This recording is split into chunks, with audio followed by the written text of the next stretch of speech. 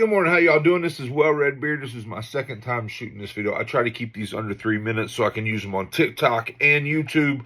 So I'm trying to get. This is the Mermaid's voice returns in this one by Amanda Lovelace.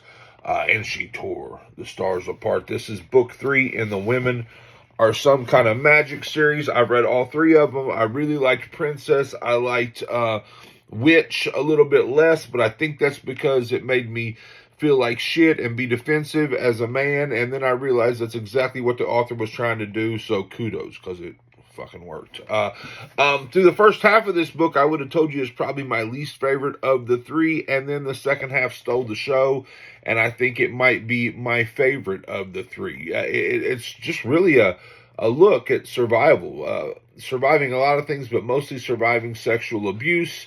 And I mean, I get to read this book and look through a woman's eyes at that and at what that's like and how survival can take many, many different paths. And anyway, so I really like this. There's some poems I really, really loved in this one, but the ones I really loved are long, and I'm not really going to share them here. I might tell you what page they're on.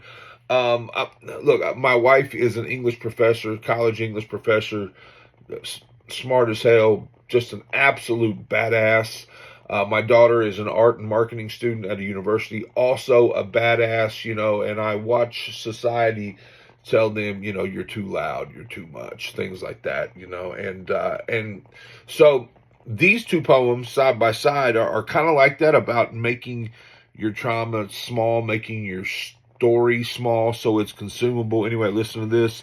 I tucked my story into the folds of silence in order to put other people at ease. I painted my trauma in shades of crown gold and marigold pink to make it pretty enough to be enjoyed by others. There's another short one here that I'm going to share. I had a hard time finding it the last time I tried to shoot this video. Anyway, here we go.